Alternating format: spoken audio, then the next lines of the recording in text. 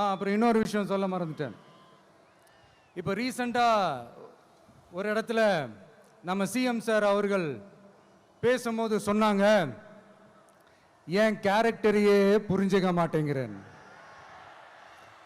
இது cinema dialogue இல்லையா? நான் ஏதாவது பேசினா சினிமா டயலாகா? சார் பேசினா அது சினிமா டயலாக் இல்லையா? சிலப்பதிகாரத்திலிருந்து எடுத்ததா அந்த லைன். என் கேரக்டரையே புரிஞ்சிக்க மாட்டேன்றது. உங்களை எப்படி தான் சார் புரிஞ்சுக்கிறது?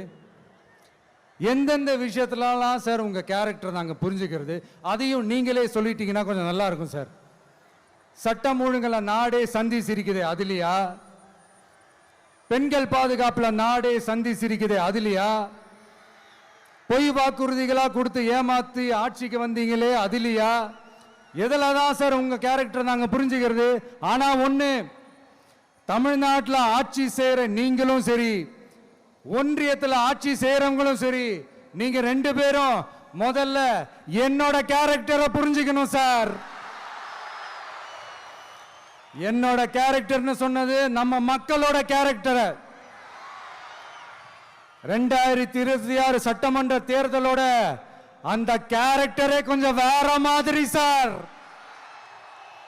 அதை கொஞ்சம் தயவு செஞ்சு நீங்க புரிஞ்சுக்கணும் சார். புரிஞ்சுக்கலன்னா மக்களே உங்களுக்கு புரிய வைப்பாங்க சார். கான்பிடென்டா இருங்க சார். நல்லதே நடக்கும் சார். வெற்றி நிச்சயம் சார். மீண்டும் சந்திக்கும் வரை நன்றி, வணக்கங்க சார்.